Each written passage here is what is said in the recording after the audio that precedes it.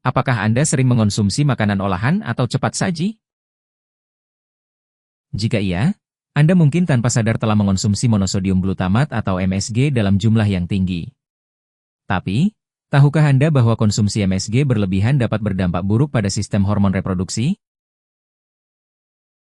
Monosodium glutamat atau MSG adalah penyedap rasa yang ditemukan oleh Profesor Kikunae Ikeda di Jepang. Profesor Kikunae Ikeda menemukan monosodium glutamat, MSG, pada tahun 1908 melalui penelitian terhadap rasa umami, yang kemudian menjadi salah satu dari 5 rasa dasar dalam ilmu gastronomi. Inspirasi penemuannya berasal dari kombu dashi, kaldu rumput laut yang memiliki rasa unik yang tidak dapat dijelaskan dengan rasa dasar yang dikenal saat itu, yaitu manis, asam, pahit, dan asin. Dalam penelitiannya, Ikeda menemukan bahwa senyawa yang bertanggung jawab atas rasa tersebut adalah asam glutamat. Selanjutnya, ia menyadari bahwa dalam bentuk garam natrium, monosodium glutamat, senyawa ini lebih stabil dan lebih mudah larut dalam makanan. Penelitian menunjukkan bahwa konsumsi MSG berlebihan dapat mengganggu keseimbangan ini melalui stres oksidatif dan gangguan pada hipotalamus, yang bertanggung jawab atas produksi hormon. Sistem hormon reproduksi dikendalikan oleh keseimbangan hormon seperti testosteron, estrogen, dan progesteron.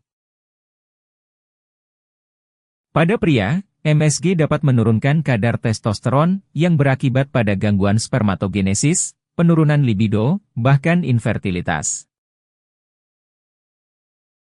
Studi oleh Fairudillah et al. 2018 menunjukkan bahwa pemberian MSG pada tikus jantan dewasa menyebabkan penurunan jumlah sel Leydig, yang berperan dalam produksi testosteron. Hasil penelitian menunjukkan bahwa pemberian MSG berpengaruh negatif terhadap tubulus seminiferus tikus.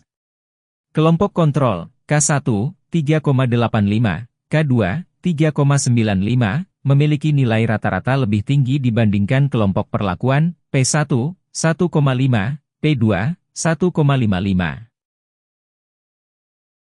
Konsumsi MSG menyebabkan penyusutan testis serta penurunan diameter tubulus seminiferus dan jumlah lapisan sel spermatogenik, yang berdampak pada produksi sperma. Pada wanita, MSG dapat menyebabkan ketidakseimbangan hormon estrogen dan progesteron, yang berakibat pada siklus menstruasi tidak teratur, gangguan ovulasi, dan peningkatan risiko sindrom ovarium polikistik atau POS. Penelitian oleh Destianie, 2018, menunjukkan bahwa pemberian MSG pada tikus betina Sprague dauli. Hasil uji LSD 5% menunjukkan bahwa diet tinggi lemak, K1, dan MSG, K2, berpengaruh signifikan terhadap ketebalan endometrium dibandingkan kontrol negatif, K. Perbedaan signifikan juga terlihat antara K2 dengan P2, P0042, dan P3, P0032, menunjukkan bahwa MSG dapat memengaruhi ketebalan endometrium.